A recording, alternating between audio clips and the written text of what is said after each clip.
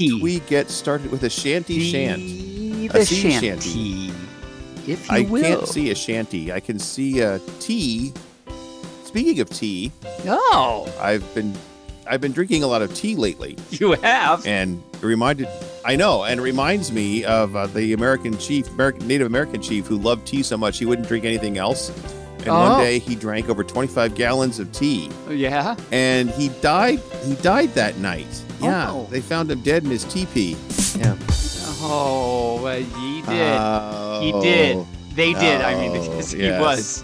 I know. Oh, well, and you know, that actually reminds me of just the other day, I was talking to a dog friend of mine, and he asked me what my plans were for the day, because I do different puppy things throughout the day. And I said that I was going with a friend to buy some new glasses. And the dog friend of mine, well, what are you going to do after that? He wondered. And I said, well, after that, we'll see. Oh, yes, we will see indeed. Let's see if we can start this cow. Yeah. Let's start this cow up right now. It's an upright cow.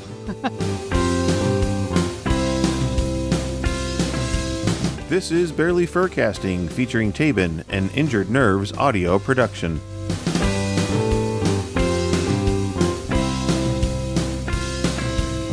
Well, Moobarkfluff, to all our listeners in the Podiverse, I am Barely Normal, your co-host for With All the Myrrh. And no, that's not a YIF reference. That's a Christmas reference. Christmas! Yay! Yes. They brought the little baby Jesus, the three gifts, the gold, frankincense, and myrrh. Well, what is myrrh anyway? It is a valuable balm. A balm? What's he giving him a balm for? Not the Frankenstein. That would be a scary Christmas beginning. Yeah, here's some gold, a person that's been put together by other people with other people, and some incense, because that would be good. Nice. Yeah, so those three definitely fit together. Yes. And with me, of course, is that playful pup, that playful pup, the pup, that denizen of craziness, Taebyn. How the fluff are you, Taebyn? Well, I am a denizen, apparently, and also I am good. I've been doing stuff. How are you, Mr. Barely? It's been a week. I got to tell you, it's been kind of weird. I doing some work. I lost a distant relative to COVID. I just found out yesterday that they had passed. Yeah, I didn't even know they were in the hospital or sick. I don't remember them, but it's the daily phone call from mother. Do you remember so and so? Yeah, well, they're dead now. So I don't remember, but okay. I don't remember, but okay, that's so sad. That another friend went into the hospital with a brain seizure the other day. Oh, wow. Yeah, he's better now. So good. So all things considered, it was kind of a roller coaster of emotion this week. Wow. And you're doing okay, though? How is your emotion doing this week? Well, my emotion's good right now. Okay, it's like, I'm good. I'm emotionally stable, which is good. And you did not drink 25 gallons of tea? So you'll probably be okay. I am on my fifth cup of tea today. This is my fifth cup of tea. Yes. You weren't kidding when you said I've been drinking a lot of tea lately. Wow. A lot of tea lately. It's good for my throat. It helps the golden dulcet tones. That's very important. Ooh. And something we talked about the other day, but it's true. So all you furs that didn't know, well, when this comes out, today is December 2nd, and today is this palindrome day, right? 1, 2, 2, 2, 1. And it will be that way for the next week, because all the day digits will be single numbers. And so we'll have more palindromes. And then we'll have 1, 2, the 11th and the 22nd will also be palindromes. So another cool thing about today's date, December 2nd, 2021, is if you write that all out, 12/02/2021, so that's 12/02/2021, that's also a palindrome. Now, if you write the twos, like kind of digital, and if you turn it upside down, it also says 12/02/2021. It's the exact same thing if you turn it upside down. And there's a name for this special kind of palindrome where you turn it upside down. It's called an ambigram. So this is a special palindrome month. And for that... And special palindrome year, yes. And 2021 is not a palindrome. No, I'm just saying it's a special year for palindromes. 21. Oh, yes, it's okay. That works. Yes. And so because 22 will not be a palindrome for anything. It won't either be. No. Yeah. So because of that, in its honor, math that I talk about later will be palindromic, and so that'll be fun and exciting to talk about. Palindromic. Is that a word? Probably not. Okay, well, it's another word that well, of course, it has to do with palindromes, clearly. It has clearly to what's be. Going on. Yes. Puppendromic is a very big, special word, though. Okay, I agree with you 100%. So, nice. We're going to get to the weekly challenge. So, I would like our furs to send us a picture pun to see if we can figure it out. So, they either take a photograph or draw a picture if they're a good artist. For example, like if you hang a shotgun shell in a tree with no leaves, that would be a cartridge in a bare tree. Nice. But we'd have to get that. We'd see if we'd get that. So, yeah. We'd have to see if we got that, if we understood it when it comes in. So like send that to us. Yeah, I like that. I like that idea a lot. So people can send us things. Maybe. Sometimes furs don't send us anything. So we'll see if we like it or not. Then another challenge I have is I was looking at our stats from where our podcast has been listened to. Oh, yeah. I've been meaning to look at that lately. And I saw 3 downloads are attributed to a small French department island called Réunion. Really? Which is a small island off the coast of Africa somewhere. And well, shout out to all you furs in that little island. All 3 of you, at least. I did not expect that. If you're that fur, and it might just be one fur that's listened to 3 podcasts, I don't know. Yay. But if you're listening to this podcast sometime in the future, we'd love to hear from you. Reach out to us on Telegram and tell us you're that fur from Réunion. I don't even know if I'm saying that right. It's French. Réunion, l'île de France, dont le village avec les vaches et le fromage. Yes, you and your cow with your cheese and your milk all the time.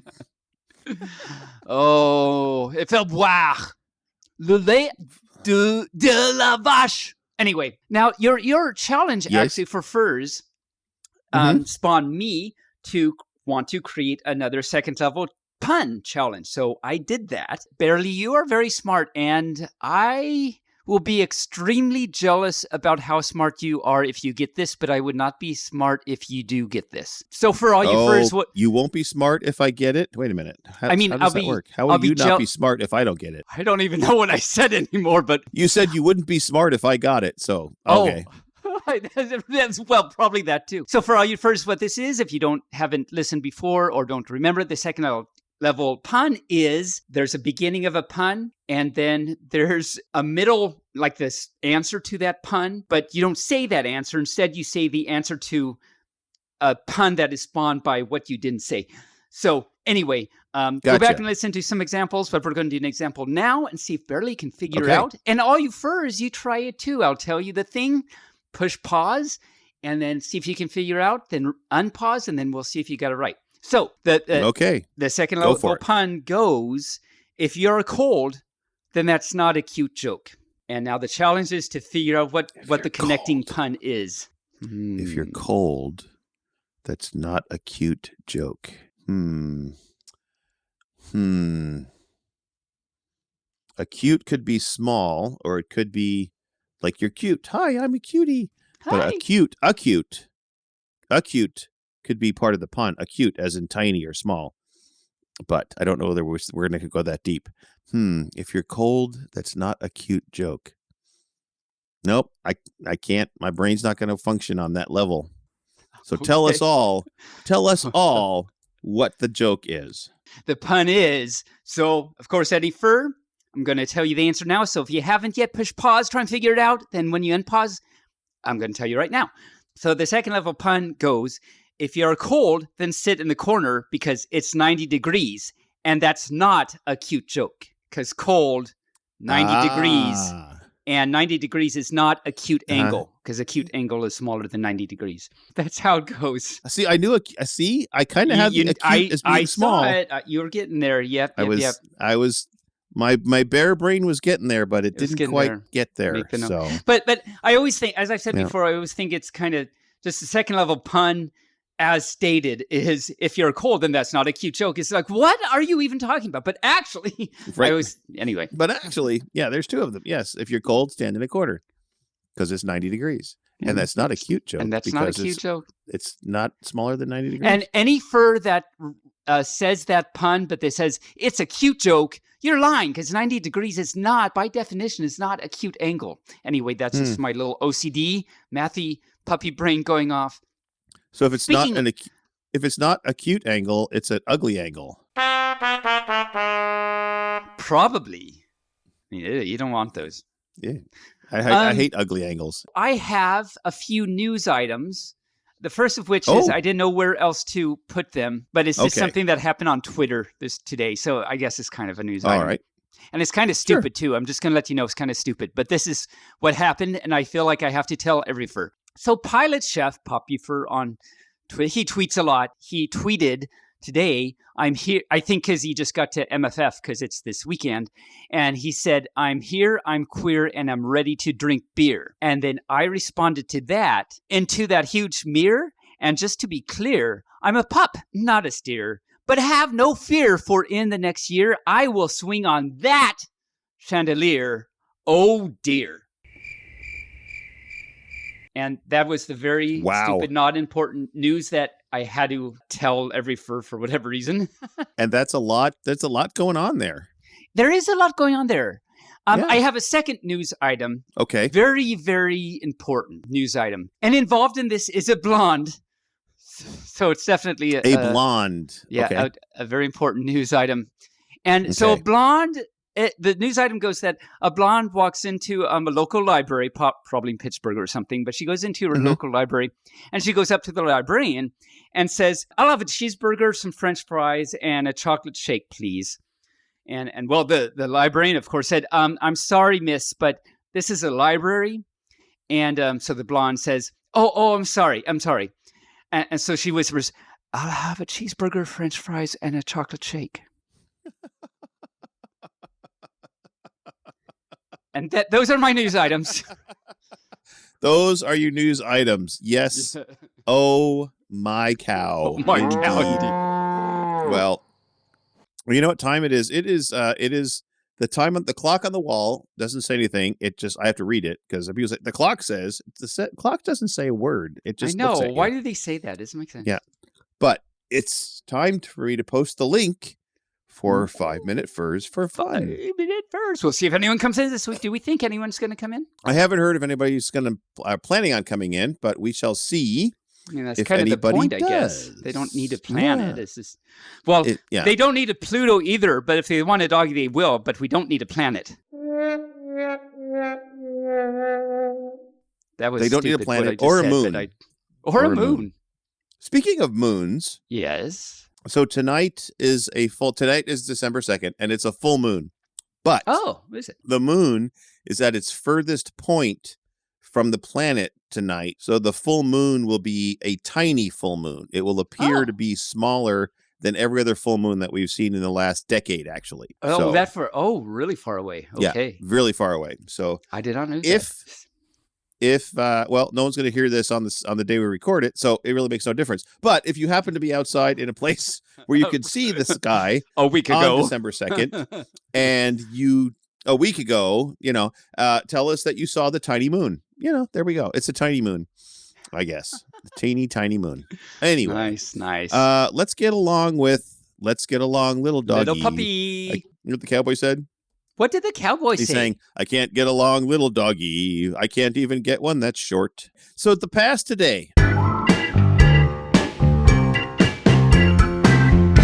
We talked last week about a shindig, and we said that's a very strange word. And so I researched out the word shindig, and there's a lot that has to do with the word shindig. I mean, really? is... Okay. Yeah, and to parse it down to easily digestible bites. Shindig now means a dance or a party or a lively gathering. Now, that's the common usage now. But in 1871, a shindy was a spree of merrymaking. That's actually kind of a cute phrase. In 1821, prior to 1871, there was a game. Yeah, there was a game called shinty, which was like hockey. Okay. And earlier than that, the game was called Shinny in 1771. Oh, wow. And because it was always fun and exciting, that's how it kind of moved past from Shinny to Shinty to Shindig. So there we go. There we go. Da-da-da-da. I had no idea about any of those. There you go. That. Yeah. Wow. Okay. I know. Isn't it amazing? It's just amazing. I see the things you find when you research things out. It's amazing sometimes. Research is amazing. I haven't had a past today for the past few weeks, but I do today. Not very much. Well, let's hear it. So I was listening to season 2, episode 29 the other day. Wow, way back when? About a month ago, I guess. Oh, season 2. I'm sorry. Season 29. 2. Yeah, that's just, that wasn't... Okay. For some reason, I thought we were on season 3 already. Wow, I'm way in the future. Where are we going? Wow, okay. Where am I, and who are you? I have no idea. A lot has changed in the past year that I didn't know that happened. Yes. So in the trivia episode, in the trivia section, we just got off the rails all over the place. It's just, believe it or not. But there's no. And so, us? you know, how you have rails? music playing Never. in the background of the trivia and stuff.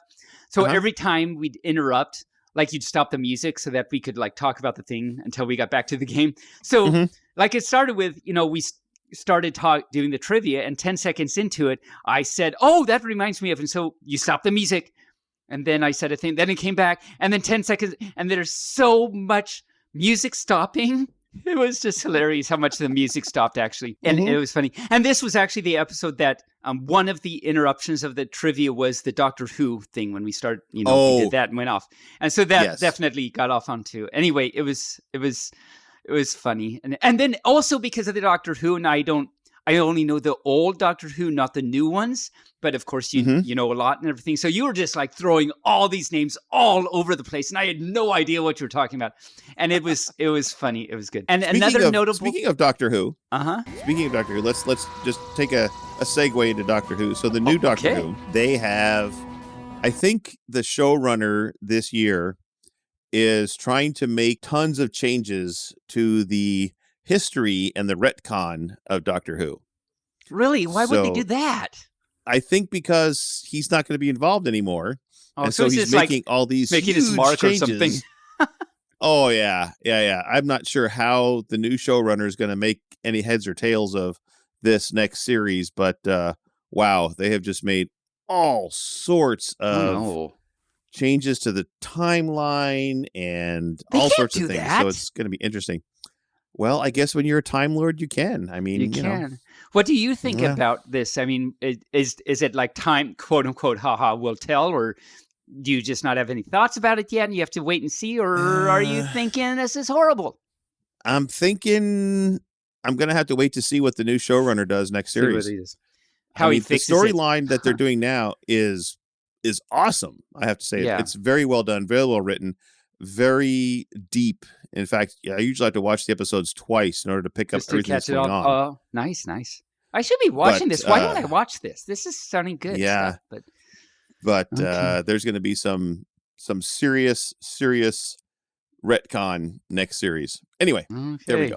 No, that's good. That's good to know. So, wow. Go on with your next item. Sorry. Oh, yeah. No, that's great to know. All you furs that watch Doctor Who, I don't know why I'm not watching the new stuff because it sounds good stuff, but all you furs out there that are Doctor Who furs, write us in and let us know and tell us your thoughts about what Barely just said, and if you're caught up with the season, what do you think about this? Oh, yes. So my other pass today is just in that same episode, we talked about how Taco Bell took away everything I like about it away, and we have to talk to Crunchwrap Earl about that. Anyway, so that's my pass today. Good old Taco Bell. You know, what are you going to do? Apparently nothing, because... What was that? Remember that there was an old movie with Sylvester Stallone, Demolition Man. Was it Demolition Man? Sounds vaguely familiar. Yeah. Yeah, where they were they woke him up out of a cryogenic sleep for being a bad cop. Is that the Three Shells? The one, the movie with the three shells? Yes. Yes. He doesn't understand the three shells. I guess I see how that could be confusing. But I always love the one. It's like, I'd like you to be my guest at Taco Bell. And that was like the place to eat. That's right. I forgot about that. Yes. because they won the fast food wars, apparently. So I need to watch that again. And their popular music was all... And the popular music was all jingles from the past commercials. Oh, really? It's just like, what would you do for a Klondike bar? Right, exactly. Yeah. Anyway, moving on to the mailbag. I received in the mail, an actual mail delivered by a postman. Hello, postman. And it was a man postman, so I can say postman, not post person. But TikTok and it's sent us... It's not a post person because... Well, now it is a post person because it already happened. So it's a post... It already happened. It's post, yes. Not Post Malone, which is a Malone that's happened once before. But... Oh, is that a thing? Okay, good. Well, Post Malone is an artist, I believe, or a singer, isn't he? Yeah. Maybe he's a teacup. Maybe. Could be. Leave him alone. Leave him alone. I'm going to write that down for a pass today for next time. Find out about Post Malone. Post Malone. Anyway, TikTok sent us a book. It's a Christmas book. We're not going to read it tonight or today. We're going to release it. We're going to read it on the episode that releases on Christmas Day because during our regular release schedule, we have an episode that releases on Christmas morning. So that will be our quote-unquote Christmas episode. Nice. And that is when we will read that story. That's so neat that Furs are sending us books to read and everything. Like I mentioned before, how at A&W, 2 different Furs had bought and gave me a book to read, which is one of which I read last time. So shout out to them again, and shout out to TikTok for the new book. So for 2 weeks to hear that story. And then Ask Papa Bear reached out to me, and he's put a banner link on their website to our podcast, which I thought was very nice. That's right. I saw that. So, very, very good. Thank you, Mr. Grubbs Grizzly, a.k.a. Ask Papa Bear, for that. The 10 minutes are up for the 5-minute Furs, so we do not have a fur to come in. Someone... Hey!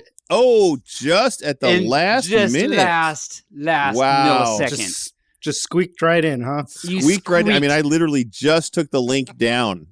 Oh, really? You made it. I literally just took the link down and said, no one's coming in, so... And then there you were. Made it. Captain Archer, welcome to the show. Hey, how's it going? It's going well. How are you doing?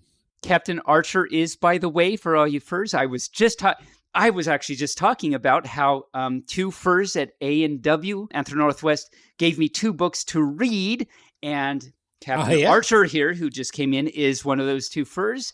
And you don't know this yet, but spoiler alert, listen to the next episode, which is where I actually read it. So there you go. Anyway, it's an interesting quinky dink about what's going on right now. And Captain Archer also brought me some podcast fluid at A&W, which I'm drinking some right now.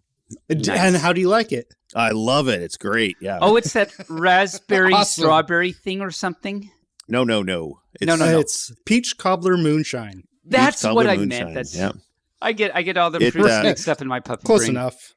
Yeah, it makes my eyeballs cross themselves sometimes. Nice. If I drink too much. So Captain Archer, how are you doing on this fine eve? I'm doing pretty good. I'm glad, the day's coming to an end and whatnot. So what not indeed. What not? The square one or the traditional one? The square one. Right, because that's a pirate thing, right? To do the square knot, I think. Right, exactly. So that fits in with Captain Archer is a pirate. It turns out I am a pirate. All right. I actually, my fursona is also a pirate as well. So nice. But, so does that mean that you go to restaurants and tell them how good their pies are as you rate them? You're a pie rater. That is so exactly what I was just going to say. Oh, barely. Right, I beat you to the pun. Because a pumpkin pie in the Jamaica is $7, right? And then pumpkin pie in Nassau is like $5, and that's the Pirates of the Caribbean. Yes. Mm-hmm. It is. It's definitely the Pirates of the That is definitely the Pirates of the Caribbean, yes. Or Caribbean, depending on where you live. So what have you been up to today, Captain Archer? I've been working, but other than that, watching Letterkenny. Have you guys watched that show? Can't stand it. Oh no! What is it? What's the show? I can't stand it. Oh, it's called Letterkenny. It's from Canada. It started out as a skit on Second City TV. Oh, I way don't back know what when. it started out as. Yeah, it started out as a single skit on Second City TV. Oh, and like then where they like how branched off, Simpsons started and everything. sort of, Started kind of, yeah. Tracy Ullman, And then they branched off into this full-fledged sitcom. Have you watched the cartoon version of it? I've seen like clips. I didn't know if it was like a full cartoon version of it or not. Mm-hmm. Yeah. Oh, really? Yeah. Little Kenny, they call it. Little Kenny. Little Kenny. Me and the girlfriend will have to check that out. Apparently, you're alone on that. You won't be having Barely join you in that watching. I see this. Tell Taebyn what Letterkenny is all about. What Letterkenny is all about. So it's rural, like a farmer. It's basically a bunch of farmers, and it's just funny skits, just kind of about this town that's in like up in Canada, like a little nowhere town type deal, and it's just all their interactions. It's pretty funny. All their shenanigans. There you go. All their shenanigans. Exactly. That's a good word for it. Mm-hmm, mm-hmm. And Barely doesn't like their shenanigans, apparently. The second or the first episode, he was trying to have fights with the guys that are coming on his property. Oh, right. And he's got to be the toughest in the what toughest in the town. What's this all about? Yeah. And they're sitting outside their little produce stand, just sitting there talking. I'm like, this is not funny. How is this funny? But different folks like different things. So it also the whole fighting thing, it starts to peter off, and it gets funnier and it changes. So maybe I'll give it a second shot. I'll give it a second try. Never judge a show by its pilot. Well, there you go. Or an airplane by its always pilot. Always judge a plane by its pilot, because if the pilot's no good, the plane's no good. Right. Oh my. So what is up for the rest of your night, Captain? I actually might jump on to my VR and play a little bit of VR maybe tonight. Nice. I need to do. So, I've been meaning to do the VR thing for a long time. I have a little avatar thingy, but I haven't really done the VR thing yet. What's wrong with me? I don't know. Busy. I mean, I guess we ask that all the time. Taebyn, I am a pup. It turns out, I'm glad you noticed that. Okay. Yep, I got to get on that. Great. Do you have a favorite server or place to go or thing to do when you're in the VR realms? Yeah, I go on to VR chat a lot, or Neos VR. Actually having my persona created as a VR avatar, so I'll actually have my be able to jump on, feel like I'm actually in, my avatar or in my persona. Awesome. That's awesome. Yeah, I totally got to do this VR thing. I had to ask a question. Captain Archer, did that come from Star Trek? No, it didn't. I actually, when the name came up, the name came up because I didn't even know about Captain Archer, Star Trek, or anything when I got the name. It was kind of given to me because I do archery. Okay. So Archer was part of my name. And then that kind of made sense. I'm actually a captain of a pirate crew that we all dress up as pirates and go to different pirate events. Cool. Very cool. And so Captain Archer. Aha. There we go. There we go. There and it sounds like that's not the first time someone has asked you that. Right. Yeah. This is not the first time someone's asked that. For sure. Are you a Trekkie? I was just curious. No, come on. Yeah. I enjoy watching Star Trek here and there, but no, I'm not a Trekkie. Okay. So you're a Trekker. There's a difference. Right. There you go. A Trekker is just somebody that watches the show and finds it enjoyable from time to time. A Trekkie is someone that lives it.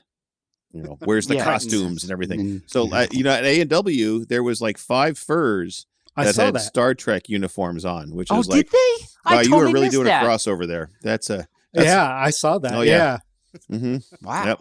Where was I? Yeah. But that in was fact, cool. one of them, did you see the one guy that had the visor on like Geordie LaForge in front of his fursuit head? Oh, I didn't see that one though. Yeah. Wow. That was like, wow, you really moved forward the crossover there. It was amazing. I missed all this. Wow. I like doing the crossover with the again with the pirates thing. So have you been on a tall ship? I have once. It was when I was younger. Okay. And is that a pirate ship type thing? Yeah, it's usually a double or a trimast with the sails and everything on it. Oh, yeah. Cool. Okay.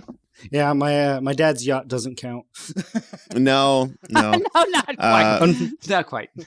Years ago, my first wife, her father built from scratch a double mast tall ship. Really? Down in Vallejo, Did it California. actually float and stuff?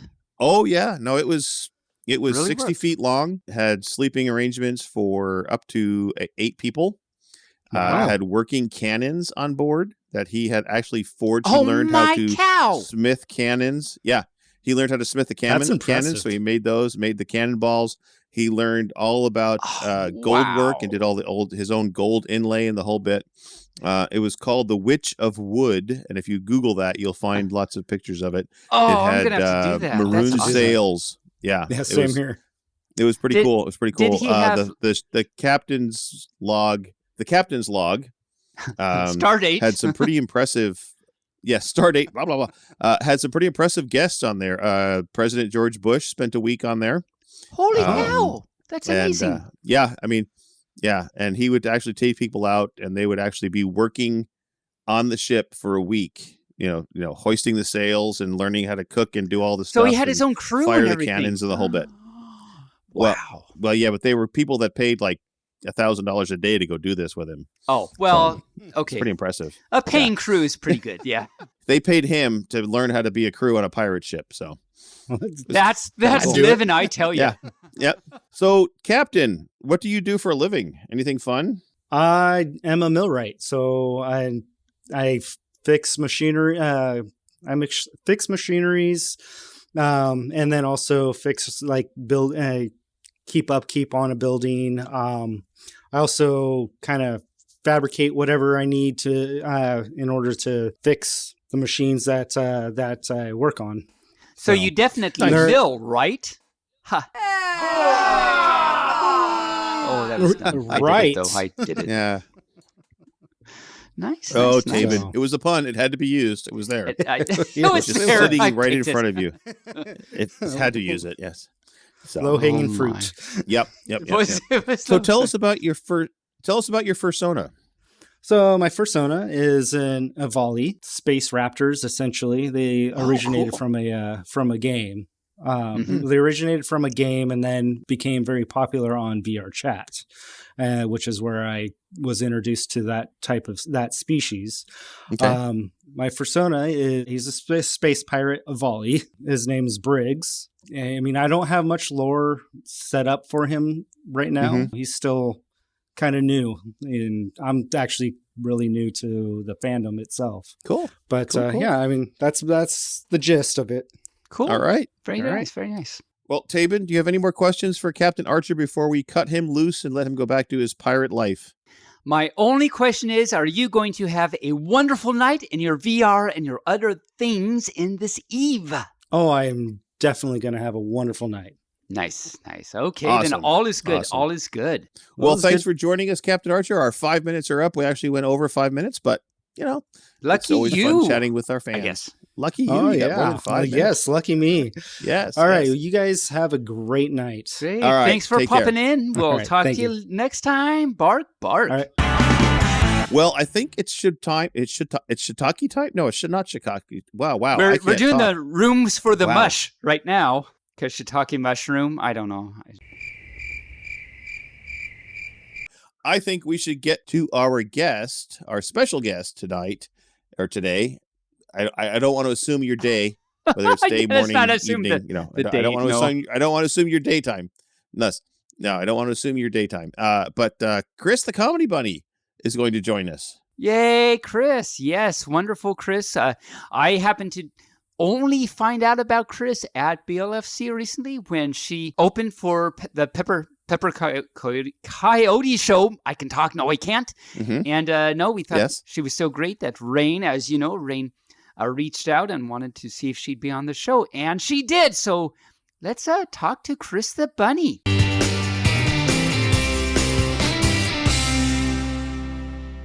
Joining us today on the podcast is Chris, the Comedy Bunny. Hello. Welcome, Chris. Hi, welcome. Thank you. Hi. I'm glad. This is fancy because this is my first time being on a podcast where I just wasn't like friends with the person beforehand. Wow. Craziness. This is so much crazy. We've had a few podcast virgins on here from time to time. So you are in good company with podcast virgins. Yes. Well, yeah, please be gentle then.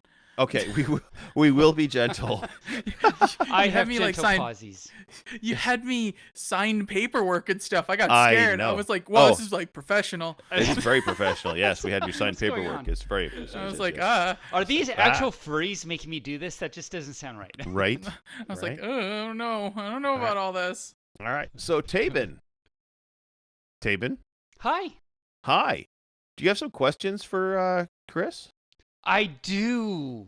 Well, I will let you sally forth and infiltrate her question with you. I don't know what that means, but okay. Oh, you miserable bags of bones! Pick yourselves up and sally fuck! Sally fuck! Sally forth! I will infiltrate your Sally Forthing with me. Yes. That's I mean, you know what? I felt a little violated, but I'll work with it. I thought you said you're going to be gentle, but now you're Sally Forthin? I'm Sally Forthing, Sally yes. Forthin. Yes. Ooh, all right. So this is interesting. So tell us, Chris, what is Sally Forth? Because this has actually come up on the show before, and we weren't really sure. I thought it was a comic strip or something somewhere, but apparently it's another thing. Wait, like to Sally Forth is like from a thing? I guess. Is it? Huh. Yeah. Sally Forth means to move towards something. Yeah, but yes, it is a comic strip called Sally Forth. Yeah, because Okay. it does. Yes. Yeah, definitely. That would be the low hanging fruit. Because in my mind, I was like, yeah, Sally Forth is like, she's like my. I used to go to school with her. Like it has that ring to it when you say it. You know. Yes. Like just in case. You know. That sort of thing. Oh, I feel like an enlightened pup. And by the way, hi, Chris. My name is Taebyn. I don't think I've introduced myself. So my name is Taebyn. I'm a pup. Bark, bark. Thank you for being Hi, Taebyn. on the show. I'm a hi. bunny. You Bunny are noises. Bunny noises. Yay. You don't Which want. is very quiet. Yeah, bunnies don't make noises unless they're like in trouble. Terrified. And then it's a loud squeal. Right. When they're terrified, they squeal. And right. if you listen really closely, you put your earsy up to the little nosy when they wiggle their little whiskers. There's got to be some. Where am I going? I don't know. Hi, Chris. How are you doing? Hi. So let me start by asking. So apparently, I don't know if you knew this, but apparently you're a furry. Now, did you know that? Yes. Okay, you did know that. I did know that. Okay. I thought. At least that's what I'm told. Yeah. Okay. It's a wonderful thing to be told.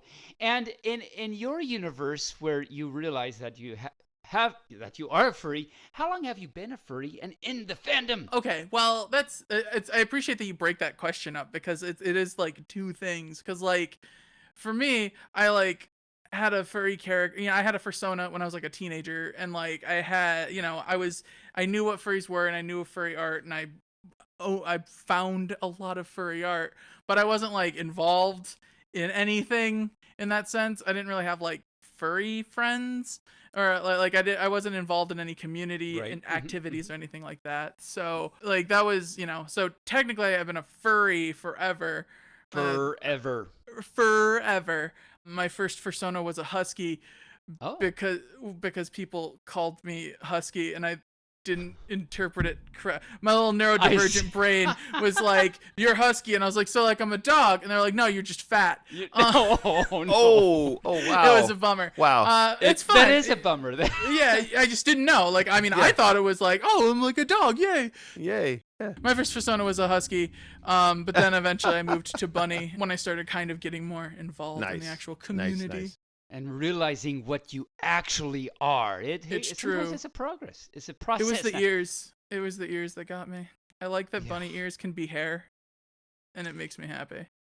Yes. Well, simple minds have simple pleasures, and that's typically what It's explains important. me, but it sounds like it also explains you, so that's great and wonderful. Mm-hmm. Oh yeah. Well, like I said, it's cool. You could be like, yeah, you got your ears, and they can rest down when they're floppy, and they can be hair.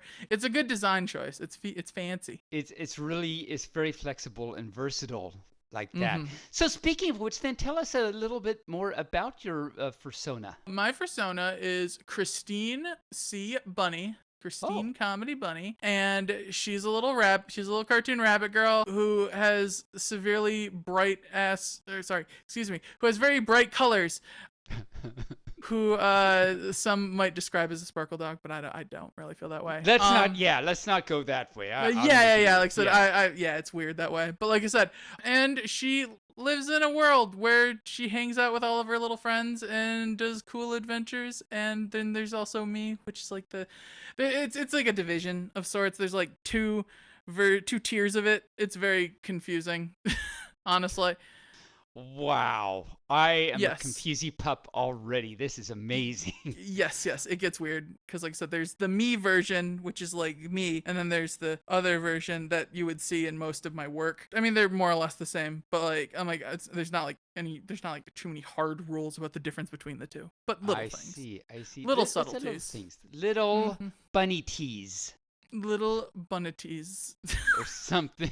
I don't Little bunny teeth. No. Little bunny teeth. bunny teases me. I don't. No, know. don't say that. No. He's I got mean, big as far as gnarly I know. teeth. Yeah. Yeah. Oh, have you ever seen gnarly inside a teeth. bunny's mouth? It's terrifying. They have like It a is. pre-mouth and then the Yes. real mouth. Yes. It's weird. Yeah, it's very strange. Yeah. I It's think I'm awesome. gonna have nightmares already. All of a sudden. Yeah. This is great. This little time together has started out great. I'm Yep. already going to have little puppy nightmares tonight, and I can't wait to see what other tears are in store for us in our time together. I'm sorry.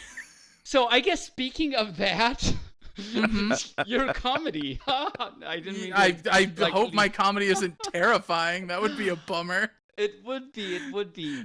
No, you're wonderful. So I actually first saw you at BLFC, several weeks ago and everything.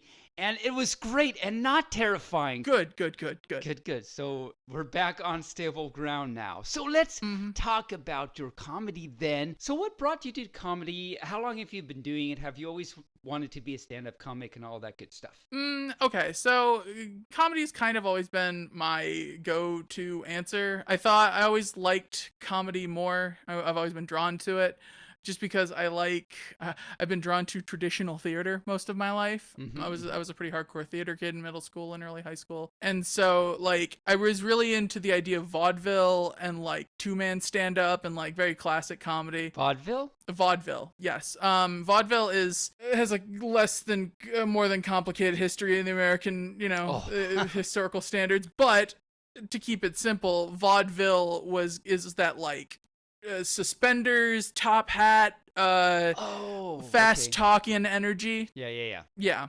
Who's on First is probably the most well known. Yeah, think of Abbott and Costello, Laurel and Hardy, those kind of routines. Like, so that would be And so like I was drawn to vaudeville, and I was drawn to clowns and like the idea of performance in that sense. And then I just had a personal thing, and again, this is for me. My personal opinion is comedy is harder than drama because it's a lot easier to end. It's a lot easier to like have a cliffhanger to keep people interested. It's a lot harder to get a room to laugh. Yeah. Oh, don't I? Yeah, no, I would have to agree with that. Yeah, like I said, it's not. But again, I don't want to disparage anyone who writes drama. It's still hard in its own right. Well, yeah. Oh, those writers out there, right? I mean, come on. Jeez. But yeah, like again, that's how. So I've been always drawn to the idea of comedy. The idea of being a stand-up comic specifically eluded me for a very long time. I had a speech class in high school where they would basically make you talk in front of people, and I had to do a little speech about like how to change a bike tire, and I just ruined it. I was so terrible. And of course, because you're already emotionally fragile and a teenager and you hate everything about yourself, and then the teacher's like, okay, go watch you talking in front of the class and review yourself. And it's like, yeah, okay, that sounds perfect. So you do that, And then, so I'm doing that and I'm watching it and I'm like, this is terrible. I'm dropping the bike tire. I'm stuttering. I think at one point I bent over, my butt was showing and I like let out a fart. Like it couldn't have been like, even if it were a comedic bit, it would have been like hack. I would have been like, guys, I get it. They're bad at this. Like, right. Yeah. like we're beating a dead horse, but it's like, no, this is just my life. And so it was just like a real bummer. And I was like, well, I guess I'll never perform in front of people then. Well, especially never ride a bike in front of people because you can't even put one together. Nope, can't even do it. So like I said, I didn't think that was really in the cards for me, but I liked comedy and I liked performance. So I got good at the backstage stuff and I got good at writing comedy. And I thought that all of that was kind of its own little beast of sorts, and that's where that and so that's part of why there's a lot of tonal dissonances. There's a lot of I cast a wide net creatively, I guess would be the way to put it. Nice. So on that note then, do you like do improv or do you? I do improv, not like as like a thing. I'm friends with Alkali and Dragor and Zan. Yeah. And like I said, they're always running any convention they're at and I'm at. They are always running Charity Who's Line, so I'm always a given to be on stage to help them. Right. Nice. Yeah. I've taken a couple of improv classes here and there in my life and everything, but like it's not technically I wouldn't call it my fort. It wouldn't be my bailiwick of sorts. If you will. Yes. A bailiwick. What is a bailiwick? I don't know what a bailiwick is, but I like referring to it as like because it's supposed to be like your wheelhouse. It's supposed to be like right. Yeah. Yeah, but I don't know. I don't know why bailiwick is a thing. Honestly, I don't know. It's just a fun word. It's a fun word, and lots of people use it. Yeah. It is. Maybe it's a wick. So it's like a candle that decided to go hang out with its new friend Bailey. Bailey, it's a Bailey wick. Yeah, it's a candle wick. It's a Bailey wick. Yeah, I guess maybe that would just be like when you're picking out candles and be like, that's the one. That's the Bailey wick. Yeah, there that's we the go. jam. That's my jam. That's dessert. Put some jam on the Bailey wick. Oh, we are so far off the rails at this point. Yes, put some jam on the Bailey wick. Put some jam. What? Okay. So then, jam on the Bailey wick. So then you like to write and create and have some forethought about your comedic bits and everything like that. Mm-hmm. How would you describe your style of comedy then? Very much a storytelling style. As someone who spent a long time, like I said, because I didn't think I could actually do anything, I studied performance. Those who can't teach or whatever. Yeah. So I've studied writing and I've studied storytelling and I've studied these sorts of things. And so for me, I would definitely qualify myself as a storyteller. Most of my bits are stories with humorous anecdotes in between, whereas, there's a lot of other comedians that are truth tellers, one-liners, these sorts of other alternatives. But yeah, for me, I would definitely say my style of comedy is storytelling. It's about the long haul. The long haul, exactly. Yeah.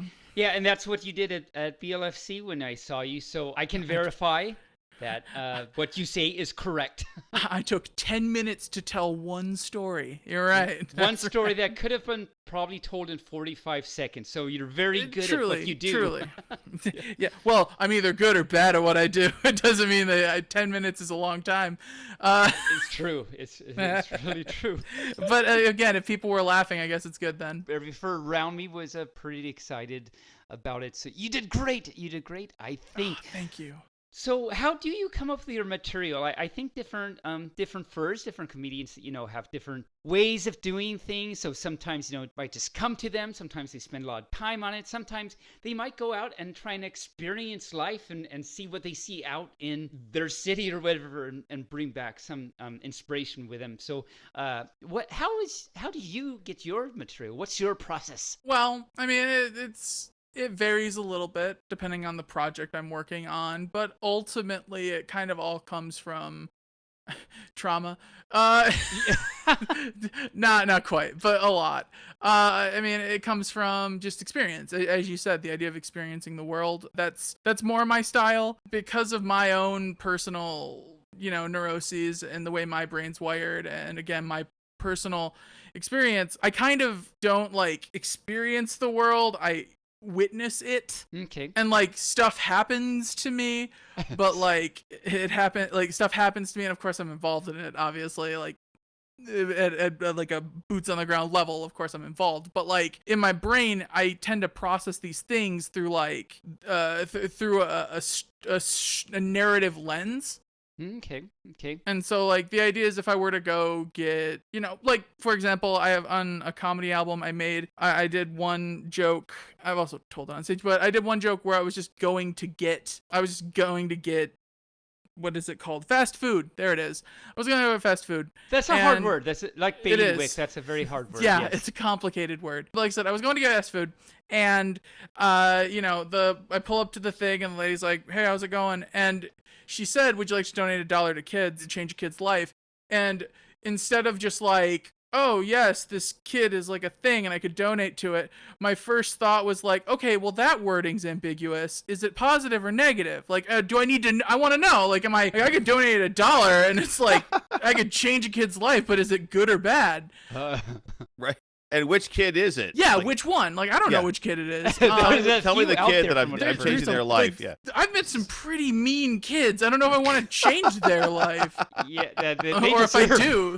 Yeah, well, as long as it's positive. So again, in that context, I asked her, I was like, positive or negative? And she's like, excuse me, because I don't think she had ever thought about it either. Yeah. and so she's like, I would assume positive, right? And I was like, it's a pretty safe assumption. But I go, oh no, it's good. I hate kids. Like, and then you move, and then she's like, hey, your order's this, and you go and you eat your food. But like, to me, that like when I'm telling that joke, when I was in that experience, it was me just like, this is weird. And so I was interpreting it through from like this line of dialogue. And I'm like, that's a weird line. What does that line mean? So I start asking questions like I'm in a writer's room, and then they kind of fall out in real life, and people go, you're weird. And I go, I know, I'm sorry. and there it is. I mean, there it is. Yeah, that is. And then eventually, like I said, because it's either that or like weird traumatic things, because for a long time as a kid, but throughout my whole life, my whole thing was like, I can handle anything that happens to me as long as I get a story out of it. Like, that was always my rule. Nice. It was like, whatever bullcrap happens, as long as I get a story, I'm down. Nice. Or not even I'm down, but like, I can roll with it. Yeah. Yeah. And again, not to get too complicated or deep, because I have a very dark past. It's very bad. Oh. Yeah. Like I said, there's a lot of darkness that I had to like, that I've had to deal with in the past. So it really, like, one of the hardest parts is like sitting down and going, okay, I'm going to tell this story to a room full of people. How do I do it? And not everyone just go, oh, that's sad. Like that's where you would come. That's where that part where it'd be like sitting down and like really kind of looking at it and building it, that obsession, and like studying it and being like, okay, so I don't have to exactly say it this way. What was the absurdity of the whole thing? What was, what is the weird impetus of it? And so again, it comes down to like kind of dissecting it. Comedy to me is a science in many ways, and I do what scientists do. I guess. That's actually very cool. You take something that was not very good that happened to you, but you're looking actually for the positive parts in ways that not only you can possibly make yourself feel better about it, but also like everywhere else, you're like telling this story and making others happy from it. And I think that's an amazing, wonderful thing and gift you have. Oh, thank you. I appreciate that. I like to think it's a gift. But yeah, I totally get what you mean. There we go. Yeah. And I just, like I said before, again, you saying that gave me flashbacks to watching you at BLFC. And that's exactly, I can see that's exactly what happened with what you told at BLFC. So Yep. Again, you are not lying. The story at BLFC, that was me telling my doctor I was trans, right? That was the story I was telling? Yeah. Yep. Okay. Just wanted to make sure. I was like, yeah, that's the one. Yep. Okay. There's a few. Okay, so Taebyn, where are you going with this now? There's a few out there. Let me just make sure. Well, I've told a lot of stories. I mean, I have a lot of bits and things. So it's one of those things where it's like, which one did I tell at BLFC? Was it the one about the bailiwick or the squaggle monster? That's right. Well, it's like, was that the way I talked about this, or was it when I talked about, yeah, again, there's all sorts of little was it the time that what was the one story that a lot of people really like? Oh, when my, what are they called? Landlord. When my landlord. Another hard word. Yes. When my landlord, I want to just call them a demon. When my landlord saw my room and thought I had a daughter, and it's like, no, that's just how I live. Okay. Sorry, to be honest, that's just how I live. There it is. This is who I am. It's how it works. But yeah, like I said, there's a lot of stories I've told. You never know which ones it's when I get on stage, it's one of those things where it's like I did it and then I leave and then people will be like, "Whoa, you did this?" And I'm like, "Did I?" Like it immediately goes out of my head because it's just it's all within the moment of that. I get transported to another world. And that's right. I get sent to a bailiwick. You get well, and if you give scent to a bailiwick, then you have a very nice smelling candle that also has a little bit of change because of the scent you just gave. That's right. If you give a bailiwick a scent, it'll want to live at your house rent-free. That is true. See, all these things. Wow. Yes, give a bailiwick a scent. There it goes. Yes. And if it lives at your house rent-free, then it maybe cooks. But that's about all you gotta know. It doesn't go much farther than that. It maybe cooks, and then if the bailiwick doesn't cook, you just kick it out. Get the hell out of here. You get out of here. You're not pulling your own weight. Squadcast is letting us get away with this. That's pretty amazing. So for that, you wouldn't know what I'm talking about, but before we started recording tonight, I told a pun, believe it or not, to Chris Bunny here, and Squadcast just kicked barely out. It's just like not, and it's like, why did it kick barely out? I'm the one that told the horrible pun, but I know it should have cooked Taebyn out. Cooked or kicked, but either way, Taebyn should have been kicked. Well, if it kicks Taebyn out, then Taebyn doesn't know what happened. Taebyn just was like, oh no, someone hung up on me. Yeah. But if it kicks barely out, there's an example. Because then Squadcast puts your head on a pike and like, look at this, Taebyn. This is what happens. This is what happens when you tell bad puns. This is you. That is very true. That's very true. Okay, Squadcast, I'm scared now. I'm shaking my little fluffy paws. And for all listeners, Squadcast is the software as a service that we use to record our podcast. Oh yeah, that would actually be another useful bit of information. Context needs to happen absolutely. Because otherwise listeners are like, what the hell is Squadcast? I don't understand. Is that like the little brother of bailiwick? What is even going on this episode? Squadcast is a collection, is the tribunal that watches over all podcasts. They're like, no. Push the button and tell you no. Like, this is not deemed It's the fair. Game of Thrones all over again, yes.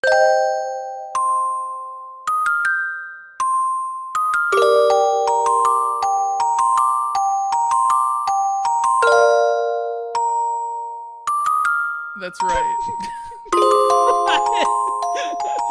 Dun dun dun. Okay, so that was a little catchphrase we had. Anyway, okay. Hi. How is it going, Chris? Fine. How is it going, barely?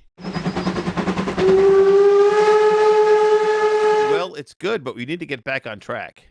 What? Okay, fine. I know, so it's terrible. I will back then on track. Ask you, Chris. Okay. Yes. Bun. Yes. The answer is apparently yes. So I'll move on to the next question because I know the answer to that. Yes. Yeah. You got it. So do you have any favorite comedians or inspirations, either from your past or currently? Well, from my past, Babs Bunny would be one that comes to mind. Okay, cool. It's silly, but not a lot of people actually like. I mean, obviously, furry energy exists, and it's just Tiny Toons certainly fills a lot of roles for a lot of furry folk. I'm sure it flipped a lot of switches, but in particular, I actually just really like if you actually look at them, because again, people think of them as cartoon characters, but they are still, I mean, they're written and designed, but they are still designed as a performer. They're designed as a stand-up character. Right. Mm-hmm. And I always really liked Babs's style, the actual, like, I guess, archetype that seems disingenuous, but the design of Babs, she is they really do a good job with her as a performer, because she's this strong kind of straight man to a lot of the wackiness, but she does find ways to work in her own wackiness when she is doing sketches by herself. Very complicated, Ben. But she plays a great wall. Comedy is a good way. Instead of straight man and funny guy, I use ball and wall because wall ball. So the idea is the person who throws the ball and then it bounces off of you. Okay, yeah. Now I got it. Yep. Where are you even going with that? But I got it. Yeah. So like I said, so she plays this so like when she's with other people, especially with Buster and stuff, she plays a great wall and she gets her little snipes in. And it's really cool. I can't do that. I'm not a very good wall. Well, I'm an okay wall, but I'm not great at sniping. Like I'm not good at comedy sniping. But I respect it as an art form. Nice. I really like. That's a really interesting take. That you just all you furs out there, write us in and tell us how wonderful that was. That she just described that as well, just everything you just said. That is actually a very cool way to look at it. As performers, and they're actually doing the one-liners, and I just loved everything you just said. I just have to say that. Good. I'm glad. Thank you. Sounds like I'm not scaring you. Yeah. Which, no. You are nailing it, and like the terrifying. There has been no terrifying things. This is wonderful and amazing and everything. Wait till you see the bunny mouth. It changes everything. Oh yeah. See, I think I don't want to follow up this with that because that will change so much. And I have to say, for all you furs out there, Chris's pronouns are she and hair, and I love that. Because I'm a bunny. Yeah, it's fun that way. Fun that way. I like it. It's nice. I'm glad you appreciate that. Not everyone notices that, but when people ask me, I'll go she hair, and then they'll go, and I'll go, cause I'm a bunny, and they're like, yeah, I put that together. But I don't think I wasn't groaning because I didn't get it. Right. I was groaning because, come on. No, I was groaning because I hate you. I hate you and all your bunniness. Yeah. That's right. Oh wow, that's turning dark. So anyway, hi.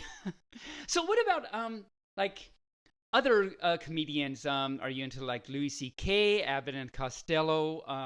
Well, yeah. Like if we're talking about like live action comedians, there are a variety that I do really like. I would say performance wise, at least stand up wise, I have the energy of Sam Kinison. Oh, okay. Is a very common one. I'm loud and I'm verbose and I perform with a lot of energy. I really like.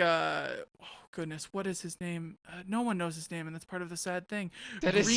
Greer Barnes. Greer Barnes is a personal favorite comedian of mine, and no one's heard of him. So who is Greer Barnes, may I ask? Greer Barnes is a stand-up comedian who's been performing since, goodness, he's like a jobber. I don't know if you know that term, but it's a wrestling term, but it's a carnival term technically. But like he's a comedian who's never had like a huge break, but like he's doing well for himself. People in the industry know of him, but he's not like a household name. Right. I only know of him realistically was because I used to watch Comedy Central Presents back in the day all the time. Like that was one of the things that I would watch a lot of, and he actually got an hour special on that, which was so good. And what I like about his performance is he has a really dry energy to him, but he fabricates these, like, he takes very simple interactions and then expounds upon them in a very natural way that may or may not even be true half the time,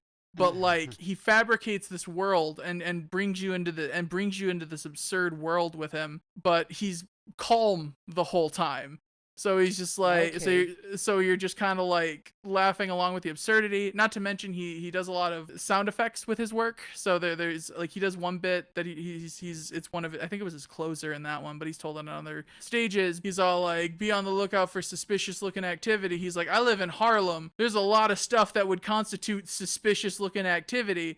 And then he talks about these two dudes playing ping pong in the middle of the night on the street. And he does the whole sound design of two dudes just playing ping pong for like 5 minutes, and that's the bit. It's just him like, and he changes up the momentum and the speed. He adds the flip because apparently your boy threw it up and grabbed it and hit it back at him. Like it's this little world that he fabricates, and it's just he's a very funny comedian. Nice.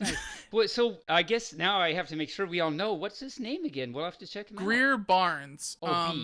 Yeah, Greer Barnes. It's like Green Barn, but Greer Barnes. Okay. He has that one Comedy Central stand-up set, and then he does have a comedy album that I think came out like 2 or 3 years ago. He's done a little 5-minute set on Colbert. Oh, okay. And then he's just kind of played background characters as like an actor in various comedic forms, or in various comedic roles, but like he really has, like I said, he's never really gotten a big break of any kind. So like you say, Jobber just been kind of doing this and that, and he's just been doing it. But like I said, he seems happy. I hope he's doing well overall. I don't know him personally, but yeah, we'll have to check him out. That's very cool. Very cool. Yeah. So I have to.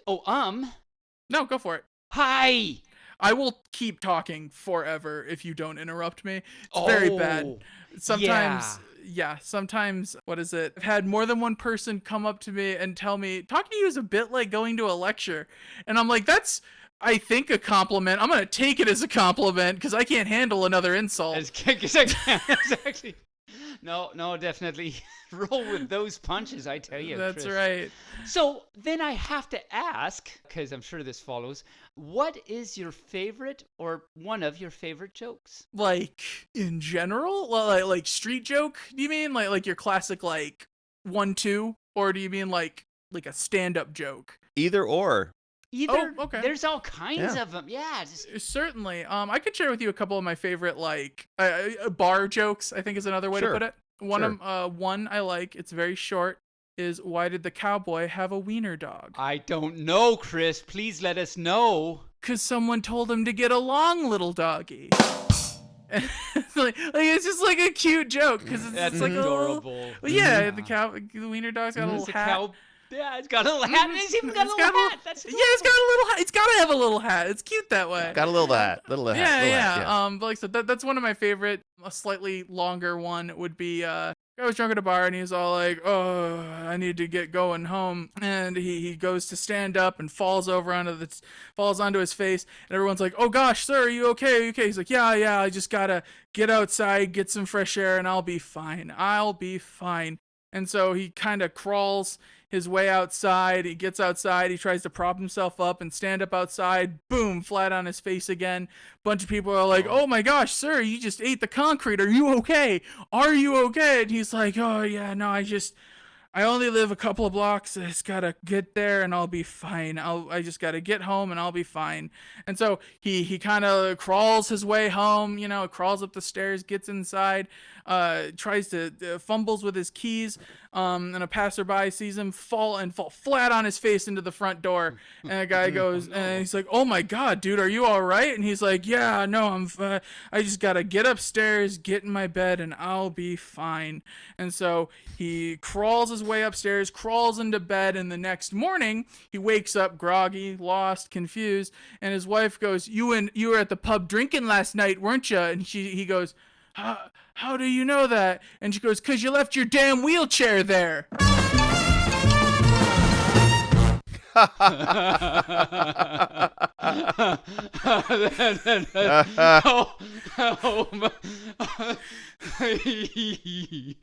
It's a good joke, right? It's a good joke. It's a good joke. Yeah. It's a fun one. Cow. Yeah. But yeah, I like that one. I guess those would be two of some of my favorites. Regular old little jokes. Regular jokes. Yep. Wow. Street jokes. Jokes. It seems silly to call them that because 90% of the time they are not what you would constitute a street, but they are pedestrian. But that's usually sounds like a negative thing. That's right. Pedestrian. It's so pedestrian. You're walking around. Yeah. On walking around doing nothing. bailiwick. Yeah, sounds like a real arrogant person. These pedestrian jokes don't bother me. Pretentious, moi. That's right. Wow. Okay, well, so there are lots of aspiring furs out there that either want to start getting into comedy, or maybe they are a comedian of some sorts and they want to improve or things like that. So what advice would you give to other furs that either want to get into comedy to some level or want to improve on their own comedic standings? Well, I definitely think it's important to ask yourself at the start, at the top, do you want to be a comedian or do you just want to be the funny person in the room? Mm-hmm. And like, people tend to get a little confused about the two, and it's not to say that one is worse, or there's no judgment being passed on either of those things, but the idea is there are ways that you can integrate your comedy, or there are ways, like I said, it's because comedy, when you actually start treating it like an art form, there's a certain level of like effort to it that becomes, you start kind of having to build it out from there. And I think a lot of people will, they'll go in and they'll be like, well, I've made some people in a room laugh before, I can get on stage. And that's not necessarily not true. But they're different things, yeah. But yeah, they're absolutely different things. And again, it's totally fine if one's the other. Because again, that same person who can just be a funny person in a room could still be a great comedy writer. But that would be you writing, Right. bits for other characters. You might not be the one that you might not be the person to perform that bit in that sense. Right. Different types of comedians, basically. Absolutely. Yeah. Okay. So like I said, I would definitely say, like, take a minute if you're still getting into comedy, like take a minute and like figure out an avenue that you might want to go down. You're going to take forever. I think Jerry Seinfeld once talked about this. Not that I'm all that into Jerry Seinfeld on his comedic opinions, because that dude is definitely pretentious. He would definitely call them pedestrian jokes. Oh. When he talks about his opinions on comedy. But I do agree with the idea that he talks about how you don't really find your comedic voice until 7 years into performing. Okay. And like you might stumble upon it or roll into it, but the idea is understanding like what your strengths are as a comedian. You don't totally know. You just got to keep throwing stuff at a wall and certain things will stick, and you'll and then that's part of you, like, oh, that works. Like I said, figuring out that you're a sniper, figuring out that you're a wall, figuring out all these little, like I said, you can give them 1,000 different labels, but they're just, they're different ways to look at it. Yeah. And like I said, Jerry Seinfeld talks about it taking 7 years, and a lot of comedians have kind of like collaborated that. That's the word. That's not the word. Agreed. We'll do the simple version. Yeah. Agreed kind of with that same zone of time. It takes a long time to figure out where your strengths lie in that sense. That makes sense. You're figuring out another part of who you are, and it's a lot of work and takes a lot of time to figure those things out for any aspect of who you are. So that makes sense to me. Yeah. And so like I said, when it comes to actually like writing jokes, some of the best advice that I could give is write what you know. And I know that's kind of a stupid, superfluous thing to say, but like, and I'm sure 1,000 people have said it 1,000 times before, but it's not if you are like a guy, or like if you're, I don't know, a sales rep at Sears, it's not saying write about being a sales rep at Sears. What write what you know means is be honest with yourself and be honest with the audience. Because I know a lot of people, I've seen it 1,000 times before, and I've done it 1,000 times. There's a difference between writing a joke and you going, people will think that's funny, to writing a joke and you laughing at that joke. And it seems scary at first because you go, well, like if you look at your set and you're like, none of these jokes make me laugh, and then you're supposed to go, oh. Like it's like, yeah, crazy, right? So yeah, like I said, you have to write what you know, because as a performer, Sam Kinison talked about this. He's dead now, actually. He died a couple years back, but I don't know if you know much about him. But Sam Kinison, he's mentioned once, everyone pays a price for who they are, like to be who they are in that moment. But as a performer, you get to cash in on that. Because what performers do that someone else doesn't is pretty much, it is the getting on the stage part and burying yourself to other people. Right. And that is kind of like at its core, that's the difference. It's because like I said, everyone has stories and funny moments and tragic moments, but the difference of actually sharing it with people, the having the courage or the knowledge or whatever it might be to be able to share that with someone, to share that with a group of people, so that other people don't necessarily have to, because they might not know how, or they might not feel that way. And that's part of that. Like, that's so me when or like when you're laughing at a comedian and you laugh at your buddy because they're describing you. Like, that's all of those kind of different things that you're talking about.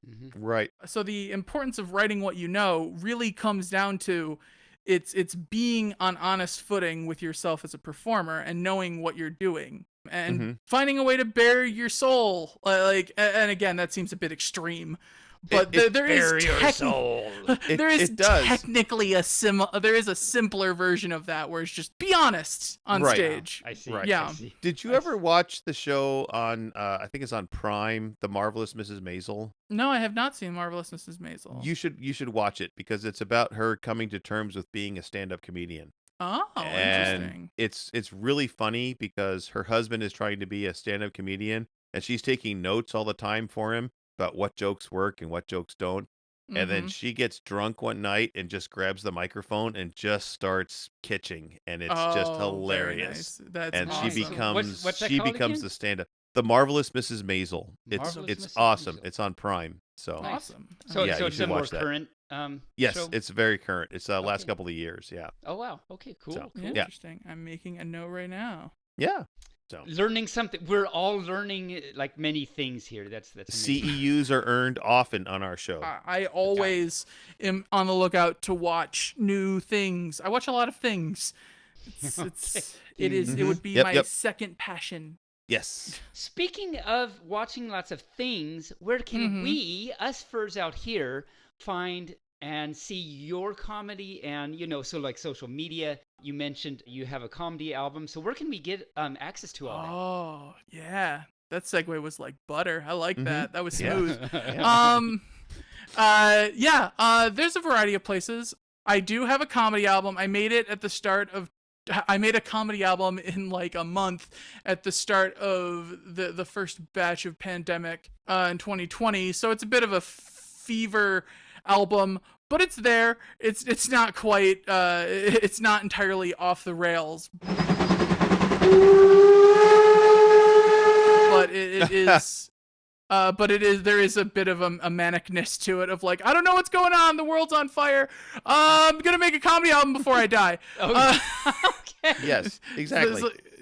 So I was like, I need to get this to happen. It's like, so there's some manic energy to it, but that's on SoundCloud. If you look up Live from the Comedy Bunker, I believe is the name of the album. Bunker. Okay. Yeah, Bunker. Yeah, because it's the Comedy Bunker. Yeah, well, that too. It's the bunker, because it's like I initially was calling it the comedy. What was it, Burrow? But comedy bunker. But it didn't quite roll. Yeah. Well, comedy Burrow still has some decent energy, but comedy bunker fit with the manic, the world's ending energy. Yeah. Oh, yeah. Okay. You should have called it the Comedy Warren. The Comedy Warren. Yes, I mean, because the bunny's whole home is called the Warren. Oh, I did not know that. More there's another CEU earned. There we go.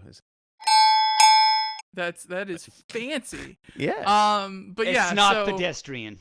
It is not pedestrian in the slightest. But that, like I said, that's me doing a full stand-up set for my stuffed animals. Is the impetus of the actual thing. Do they laugh?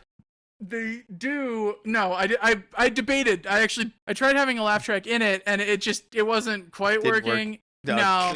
Yeah. Did not work the way it needed to. But I do call it out. I'd be like, "That's right, stuffed bear. You get it." So there's still some energy there. Nice, very nice. Check that out. Yeah. Yep, you can listen to it all for free, which is probably bad modeling, but I don't care. You can listen to it all for free on the actual Bandcamp, and then I think it's like $5, and or you could pay more. But really, I like people listening to what I do. Cool. I know we're all poor. We'll put the link in the show notes so people can listen to it. Like I said, there's that one. And then if you go to my Twitter, which is also just Comedy Bun, that has in my profile, there's my link tree there. Oh, okay. Nice. And that has everything. Also cool. on Twitter is that would be the social media I'm most active on. And that you see more of my animation, I guess would be the way to put it. Yeah. I still don't like to call myself an animator because it feels disingenuous. Oh, you drew all that. Well, no, I didn't draw. I don't draw the characters. That's my friend Paper Dawn, who's a very good artist. I love them to death. But I'm the one who animate the characters, and then I build all of the sets that the characters are on. I make tiny sets, little dioramas out of garbage. I've seen that. Okay, now I was watching out of garbage. I love it. It's literally out of garbage. It's nice. Here.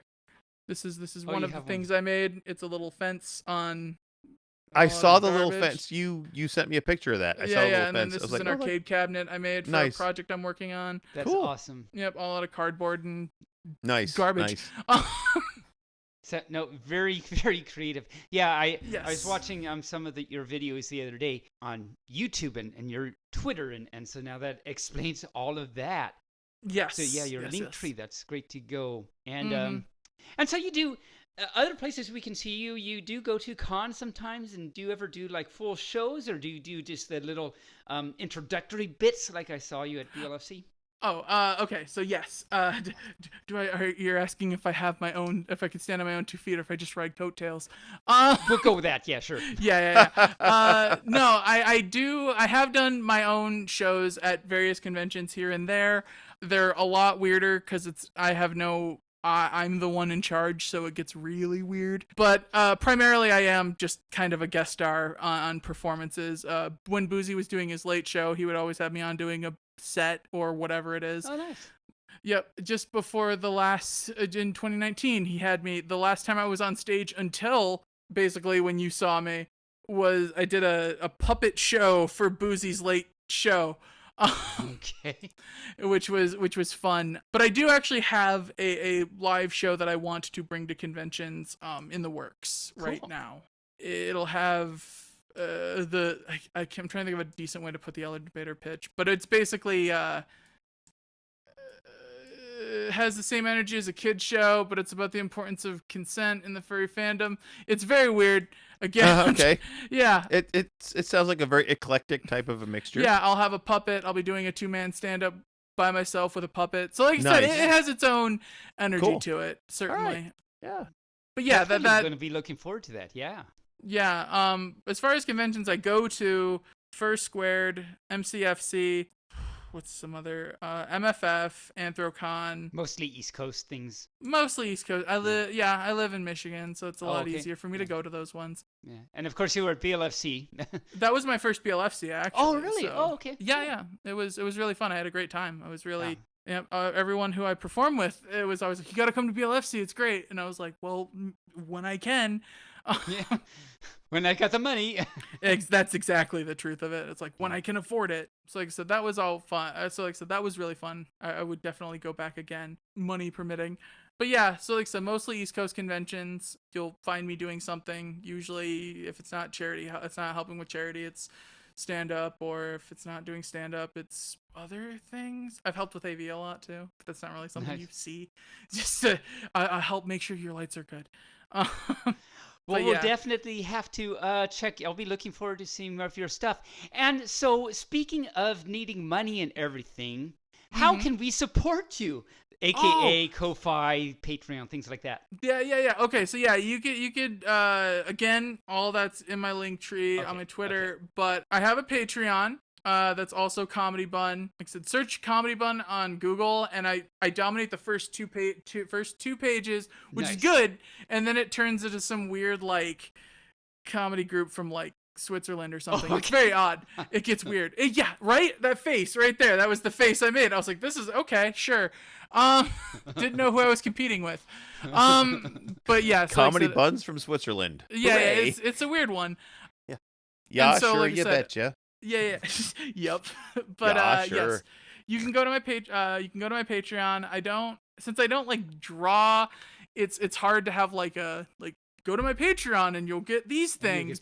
Right. Yeah. Yeah, but it truly is just like, if you go to my Patreon, I promise any money you're giving me isn't like paying for like drugs. It's truly going to me buying more like garbage. Or a Tesla. Right. Yeah. It's kind of like our Patreon. It just kind of goes to help support the show. Exactly. It goes to make the things that people can enjoy. It costs money to make things. It does. Even when there's no budget, even when there's garbage.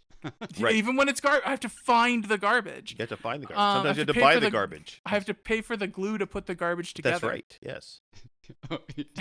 And so, like I said, there's that. That binds. Patreon is good if you want to support me long term, or you can just go to my coffee and yeah, you can tip if you ever if I ever made you laugh or whatever, and you're like, that was pretty funny. Here's $5 or something. That's fine too. I try not to. Yeah, I understand that the poor just keep nickel-and-diming each other.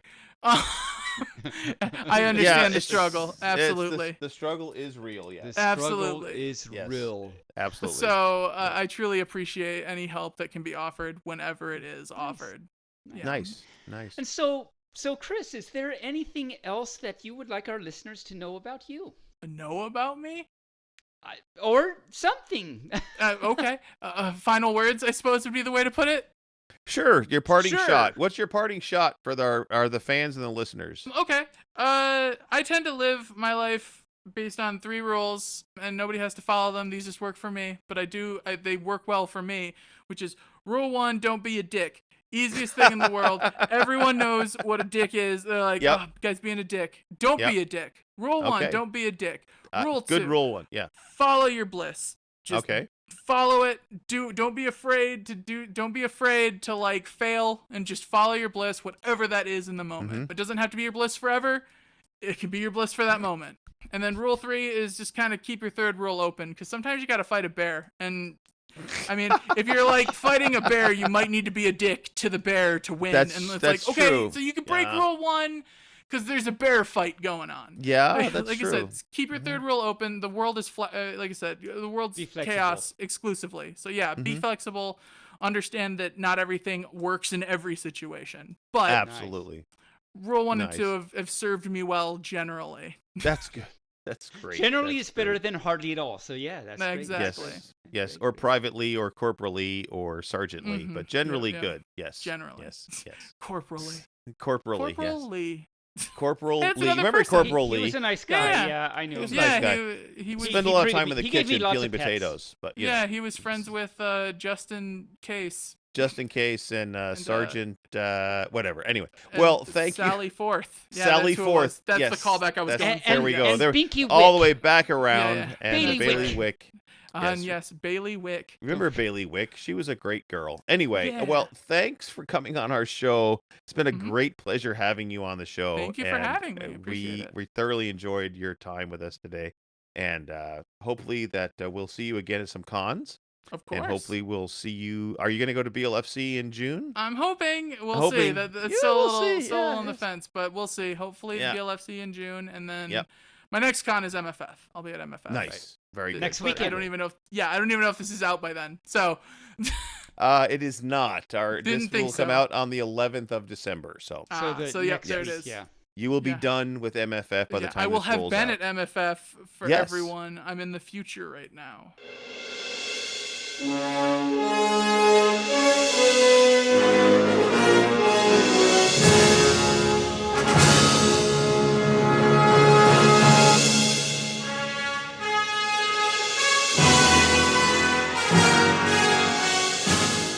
Yes. We're speaking in the future to the past. That's right. Wow. Yes. Bailey Wick, indeed. Indeed. Well, Chris, thanks for coming on the show. I hope that you have a great time at MFF, even though you've been there already after this comes out. So I hope you had a great time at MFF. I had a great time. It was wonderful. I'm sure you had a wonderful time at MFF. That one thing that happened, it was nanners. It was amazing. Absolutely nanners. It was crazy when that happened. I couldn't believe that happened. I heard about it on the news. I didn't think it was gonna. I know. It was just crazy. It was just crazy. Absolutely crazy. So. Oh. All right. Well, thank you very much. And we're going to say goodbye. And you have a great time and a great evening. And we will talk to you down the road a piece. Taebyn, you want to say goodbye? Nice to meet you, Chris. Thanks again. Well, like Barely just said, for coming on the show. And hopefully I'll get to hug you tight with Posies at a con sometime. But until then, have a wonderful night. And bark, bark. Thank you, and thank you so much for having me. I truly appreciate it. It's very wonderful. I was nervous, but it was still very fun. So thank you for having me. And yes, I hope you two also have a good night. And I hope everyone listening has a wonderful night or evening or whatever you're doing while listening. or day or morning or whatever. Yeah. We don't want to assume the day. Yeah. We don't want to assume what kind of day it is. If you're bailiwicking at the moment, we hope you're having a good bailiwick. If you're chopping carrots, I hope you don't cut yourself. Whatever you're doing. I don't know. Doing. Yeah, yes. whatever you're doing. Whatever you're doing, listen to this. Have Welding, a great time. I hope you don't weld. Welding. Yeah. Wow. Okay. I don't know. People could be. They could be welding while they're listening to this. Who knows? Yeah. Yeah, I don't know. All right. All right. Okay. Well, with that. Okay. Welding. Well, I have to say, like I said at the end of that interview, that's one of the most fun interviews we've done in a long time, I have to say. I mean, all our guests are great, but I spent a lot of time laughing. I know I muted my microphone, but I was laughing a lot about a lot of things that she and Hare were saying. It's true. I was watching it, and you did that. That was not a lie that you just said right there. Nope. No, I didn't want to overpower everything with all my laughter and everything, so. Yeah, no, you're so overpowering there. No, yeah, Chris was great. Rain and I checked her out because she just happened to do a little 10-minute bit to welcome Pepper onto the stage. And I know, Barely, you were out getting ready for the pod and everything, so you can be there. So I'm glad that Rain and I happened to be able to see that, or else we would not have known about Chris, at least yet anyway. So, that's really great. That worked out. So all you furs, definitely go check out her work. She's definitely got some really great stuff out there. Yep. If she's the opening act of anything at a con, definitely go listen to her because you will laugh your butt off. That would be painful. So hopefully not, but at the same time, yes. Yeah. That's like the old joke. What goes ha ha ha plop? Somebody laughing their butt off. Oh, Bailiwick. Bailiwick. Remember Bailiwick, yes. Okay. Well, Taebyn, I think we should get to our next segment. What do you say? I say the segment should be coming to us at the moment, which is now. Alrighty. Now, of course, as you know, when we come back from our guest, it's time for us to go into that Furries in the News. Do you want to do your thing? One of these days, he's going to say, no, I don't want to. Well, I mean, at this point, I don't think I can say no, but eventually maybe I'll be like you said, like, no, I'm done. I'm tired of annoying everyone. But in this case, I'll just keep annoying every fur. How's that? Okay, keep annoying every fur. Go for it. It's time for Furries in the News. Furries are... Furries are... Your face, Barely's face. It was amazing. I didn't know you could do that with a face. Furries are, matey. They are in the...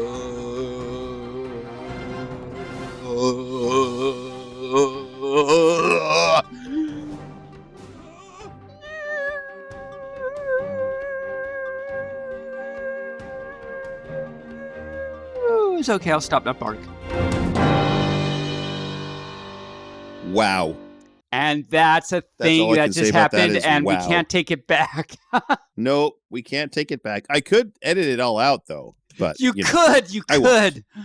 Maritz might kill you, though. I could literally cut that all out. I know. And Captain would hate you for it, too, because I mentioned pirates. So you're stuck now. Ah, true. Furries of the News. So, first of all, there was an article that came out recently in the Charlatan, which is the student newspaper of Carleton University. Carleton? Up in Canada. Where is Carleton? Oh, Canada. Yes, okay. up in Canada. Cool. Canada, yes. That country north of us. Yes. Oh, yeah, there's one of those up there. I forget. They did, it's called Behind the Costume, a deep dive into Ottawa's annual furry convention. And it was a well-written article, very well-written article about Canadian furries at the Cannes Furrence Convention in Ottawa on November 12th through the 14th. The author did an excellent job explaining furries, what furries are, how they work, what they do, and made it very clear to the uninitiated that furries are a fun, great fandom. So, yes, I'll put the link in our show notes if you want to read that article. But I would highly recommend it. Yep. Yeah, no, I read it too. And yeah, it was a very well-written piece, I think. And the article doesn't shy away from the, like, what's on every fur's mind when they know that something about furries goes in the media. But they do a really great job of addressing it and lots of things about furries, and especially, as you said, to the uninitiated. It's a very, I agree, very well written article.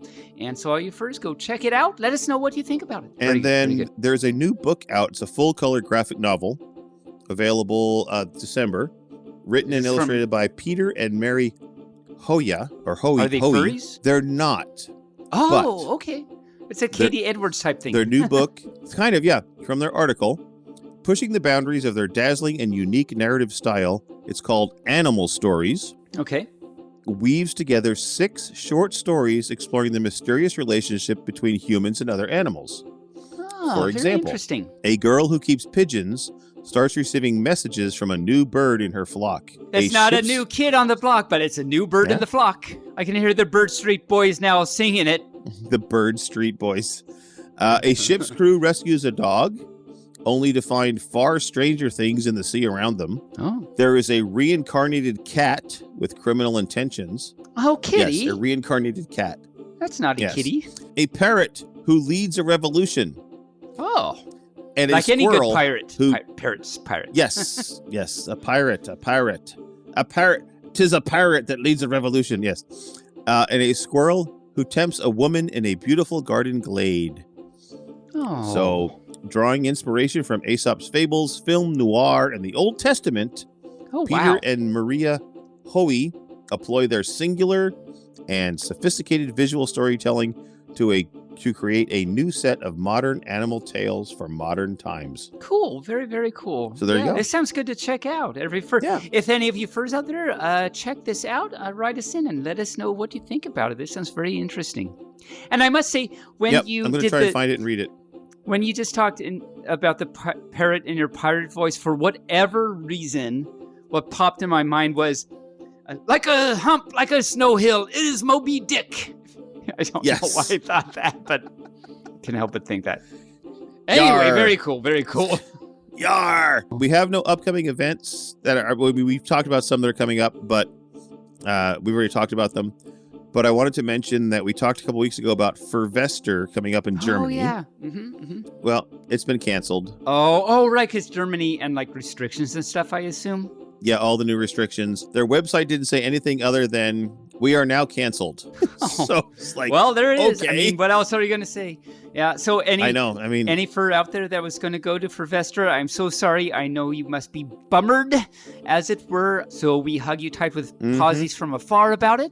But I hope they have some information about rescheduling soon so that you can enjoy the Furvester. Absolutely. All right. So you mentioned earlier in the show that you were going to talk about things that are palindromic or palindromic. We did, but did we do media? Did we do media? Did we skip over media? I think we skipped over media. I had a few things to say about media. Let's do that really fast.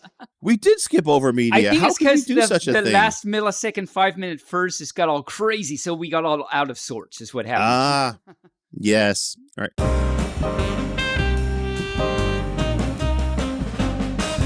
So tell me about your media, and then I'll tell you about mine. Okay. I mean, I don't have much to say, but so I've still been watching South Park for lunchies, and we've continued watching The Flash. It's still very good. Still, we've continued on watching Young Sheldon, season 4, of course. So the notable thing that happened was actually awesome. So season 4, episode 6 description says, while college so this is when Sheldon's going to college, starting to go to college and everything. While college orientation does not go a Sheldon planned. So they had a typo. It should be as Sheldon planned, and they had a typo. Now, what's really noteworthy about this is the previous, or 2 episodes previous, is when Sheldon broke his arm and had a cast. And Missy, his sister, wrote on his cast and did a grammar error. She wrote your as in Y-O-U apostrophe R-E instead of your Y-O-U-R. And Sheldon had a fit about this grammar problem on his cast. So imagine if he knew this grammar error typo on the episode description, that would send him into a crazy, I must say. Anyway, my honey and I thought that was hilarious when we saw that. So they talked about grammar, and they had a grammar in the episode description problem. Wow, that's kind of funny, actually. That's very funny. I love the old Dick Van Dyke and Mary Tyler Moore shows, so every now and then I watch some episodes of those. And I happened to watch just the other day an episode of Dick Van Dyke where, so Sally, have you ever seen Dick Van Dyke? Oh, yes. Yeah. Okay. Good. The Dick Van Dyke show, yep. I love it. I love it. I've seen every season, like every episode, multiple times. Love it. Love it. Sally, Buddy, and Rob. Why did I forget his name? Rob. I was just talking. I watch it all the time. So the main guy's name is. I'm so silly. Anyway, Rob Petrie. Yes. So Rob, Buddy, and Sally are all talking about whatever. It doesn't even matter. But Sally says, for whatever reason, that her mom would wave her finger at her and say, "Show me a person that speaks with a curly tongue, and I'll show you a bird that gathers feathers." Okay. And so, of course, like what's the context? It doesn't even, as I say, I don't even remember what the context of the thing was. It doesn't even matter because then Buddy says, "What is that even supposed to mean?" And Sally says, I'm still trying to figure that out. And anyway, so that was a notable part of that episode. And that is my media for the week. Well, you mentioned Young Sheldon, and I started watching the newest season, which is season 5. Oh, is it 5? Okay, so we're almost there. Okay. Yeah, you're almost there. What I find interesting is the actors that play Missy and Sheldon got really tall since season 4. Oh, really? Was it a while since between when they filmed season 4 and season 5? It must have been. Yeah, it must have been because now Sheldon is as tall as his grandma. Oh, this is fun. I can't wait to watch season 5 now. It's like, wow, he's as tall as Annie Potts. Wow, imagine that. Okay. One of the things that when we go to cons, I turn on the TV and I watch the Food Network. That's because true. I don't get to watch it at home. Yeah. Well, I can watch it at home now. Oh. Because, yes, my hubby decided that we needed the Discovery Plus streaming service on our TVs because he missed the Food Network as well. What? So we paid for that. It's only like $3.99 a month. Has he been hiding this or something from you? No. He just told me about it the other day. He says, "Hey, download, put this on the Apple TV on the TV so we can watch it." So I was like, okay. So I've been watching Good Eats with Alton Brown. Oh, okay. And I've watched all of season 15 and then, of course, they have the new episodes of Guy Fieri's Diners, Drive-Ins, and Dives. But I see those all the time when I'm at stuff. I can watch these other shows now because they're on demand. Because when we're at cons, you watch all that. So so it's kind of funny to watch Alton Brown. And they have all 15 seasons or 16 seasons of Good Eats. Now, they stopped Good Eats, I think, after season 10 for like 5 or 6 years. Oh, and then he brought it back because he was hosting Iron Chef America during that time frame, and he couldn't do 2 shows. No, that's a lot. That's a lot. Yeah, that was a lot. So, imagine if we had 2 podcasts going. Can you? Could not do it. No, it would be tough. Nope. It'd be tough. But it's funny to watch like season 1 and season 2, and he's so much younger. So I mean, he's 20 years ago. So clearly, if you saw pictures of you and me 20 years ago, we'd look so much younger. But I wasn't even born yet. So yeah, that's true. You'd look. My like picture would look like, oh look, there's a table. Yeah. That's apparently Taebyn or something. I don't know. And that's my media. Nice, very nice. So now we can get to your palindromatic math. Palindromatic. Ooh, I like that palindromatic. Palindromatic, yes. Okay, yes. So, as I mentioned, in the spirit of Palindrome Month, I guess, whatever, I have 2 different things to talk about. For anyone that doesn't know what a palindrome is, it's something that reads the same forward and backward, like the word mom or race car. There's a space in there, but if you take away the space, you get the same word backward, race car. And Al Let's Della Call Ed Stella is another palindrome. So there's all these palindromes. And in particular, you can talk about palindromes with numbers. So I want to talk about some palindromes with numbers. So the first thing I have to say is I have some palindrome magic. I have a magic puppy brain, it turns out, barely. And I want to demonstrate this to you. So do you have, I think I just saw you getting a pen and paper. Do you have a pen and paper? Yeah, you know exactly what I do. As soon as you said I have math magic, I said, okay, I got to get a pen and paper. You know what's going. So, and then, yes, any fur can follow along with this. So take any 3-digit number that has different digits. So all 3 digits in the 3-digit number are different. And don't tell me what it is. Don't tell me what it is. Okay. Because I'm going to use puppy magic on this.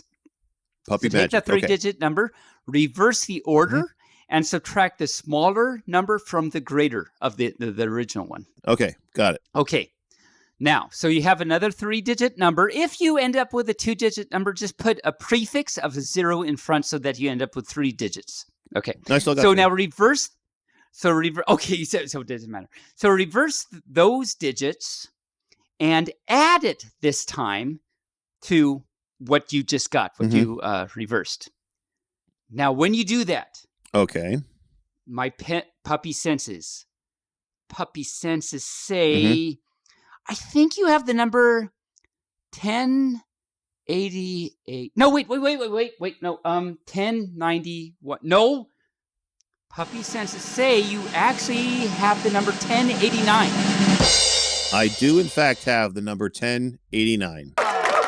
There is puppy magic. And all you furs out there, if you don't have the number 1089, it means you did arithmetic wrong because it's math magic. It's actually not hard to prove that if you do this on any 3-digit number that has the different distinct, in fact, as long as the first and last digits are not the same, you will always end up with the number 1089. And it's actually not hard to prove. You don't need any, you only need to know arithmetic to be able to actually prove it. So it's very interesting.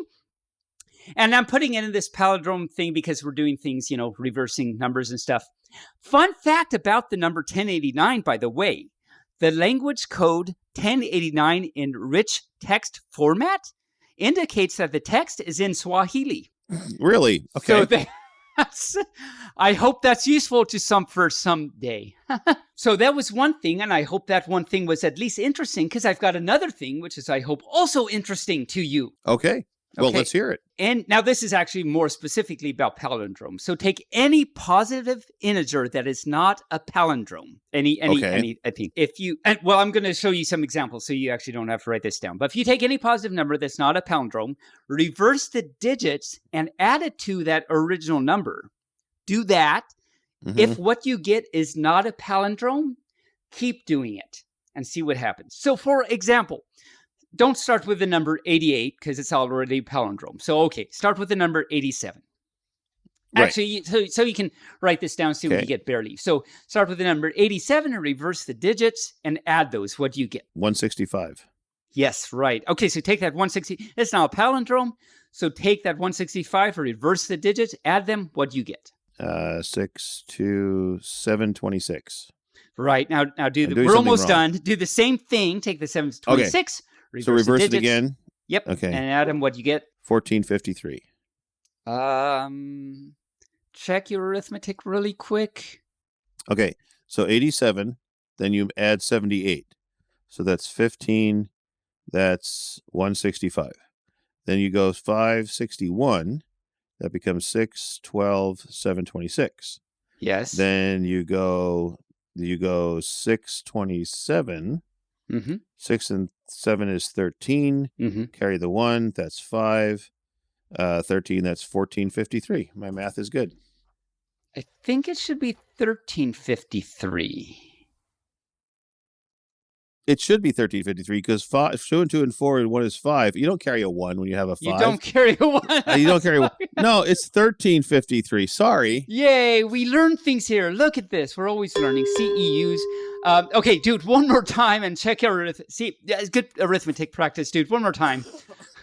Okay, so 3, 5, 3, 1 becomes 4, 8, 8, 4. Ta-da! And there's your palindrome. Okay, right. So that's 88. We know 87 we just did. 89. If you do it, 89 plus 98 is 170, 187, so on and so forth. After 24 steps, you get a palindrome, which is 8,813,200,000,23,188. So you get a pretty big number from a small number, but eventually you get a palindrome. So the question is, do you think that this works for all positive numbers, that you'll eventually get a palindrome? I would say yes. It sure seems that way, but the answer is it's not known, actually. This is one of those still unsolved problems. Oh, no. Oh, no. So let me tell you a little bit about this. It's really, really interesting, I think. So, okay, if you have a number that does this, that do not end in 0, because when you reflect it, then it's not the same number of digits. But if you have numbers that don't end in 0, that do not end in a palindrome, these are called Lynch-Rel numbers. So Lynch-Rel? Lynch-Rel, Lychrell. Okay. And all right. So what's interesting is to know is another way to say, does this work for all positive integers, would mean that there would be no Lynch-Rel numbers. So about 90% of numbers that are under 10,000 actually end in a palindrome after 7 or fewer steps. So like most numbers under 10,000 are not Lynch-Rel numbers. Now, it's known, and you can actually go to Wikipedia and see what this number is. There is a 138-digit number that, if you do this, it ends at a 238-digit palindrome after 261 steps. So that's a lot of steps. It's a lot of steps. It's a big number, but this shows that big numbers are not necessarily Lynch-Rel numbers. You could eventually, after a long time, end at a palindrome. Now, nice. What's amazing, it's nice and very interesting. What's even more interesting, the number 196. Mm-hmm. It's a small number, under 10,000. Okay. So is it in that 90% of numbers that are ended in the palindrome? Well, the number 196 has been tested with supercomputers to millions, even a billion. In 2015, has tested to a billion digits. And it is still unknown if it ends up at a palindrome.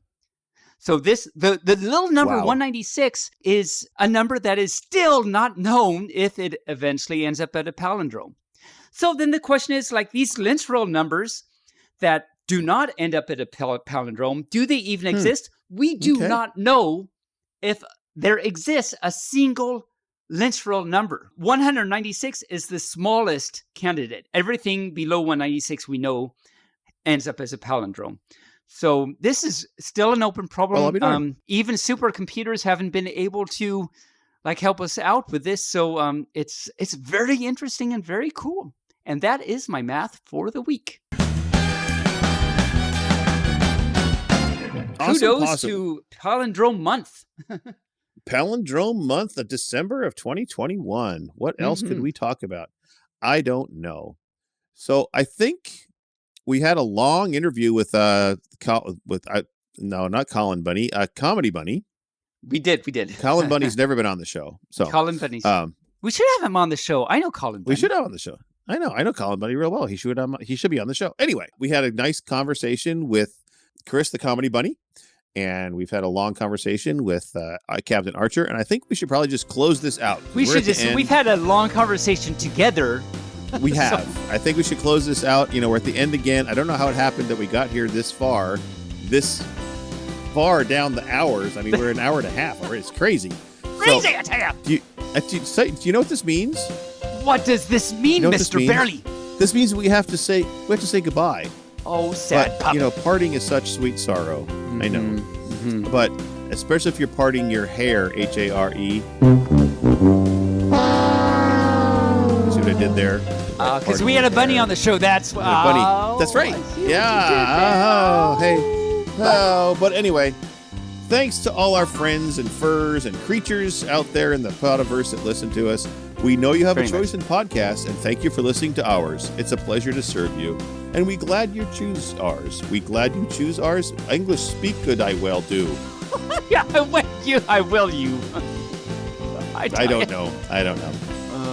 So until next week, since I'm slurring my words and falling over my tripping over my palindromes, trip and journeying over my destination. I don't know what I'm doing anymore. I'm going everywhere. Be careful. Love your pilots.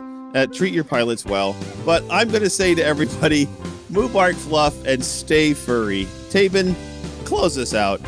Oh, yeah. What else can I say? Thank you very, very, very much, all you furs for all you listening. It means a lot to us. Like Barely was trying to say, but the tripping happened. Anyway, thank you very much for listening. We hope we entertained you. We hope you liked it. It means a lot to us that you listen. It really does. Doing this at live at con, so hope you stop by at a con and watch us do this. Yep. But until then, I say Moobarkfluff. We'll bark at you next week, and we can't wait. And so have a wonderful week. Moobarkfluff.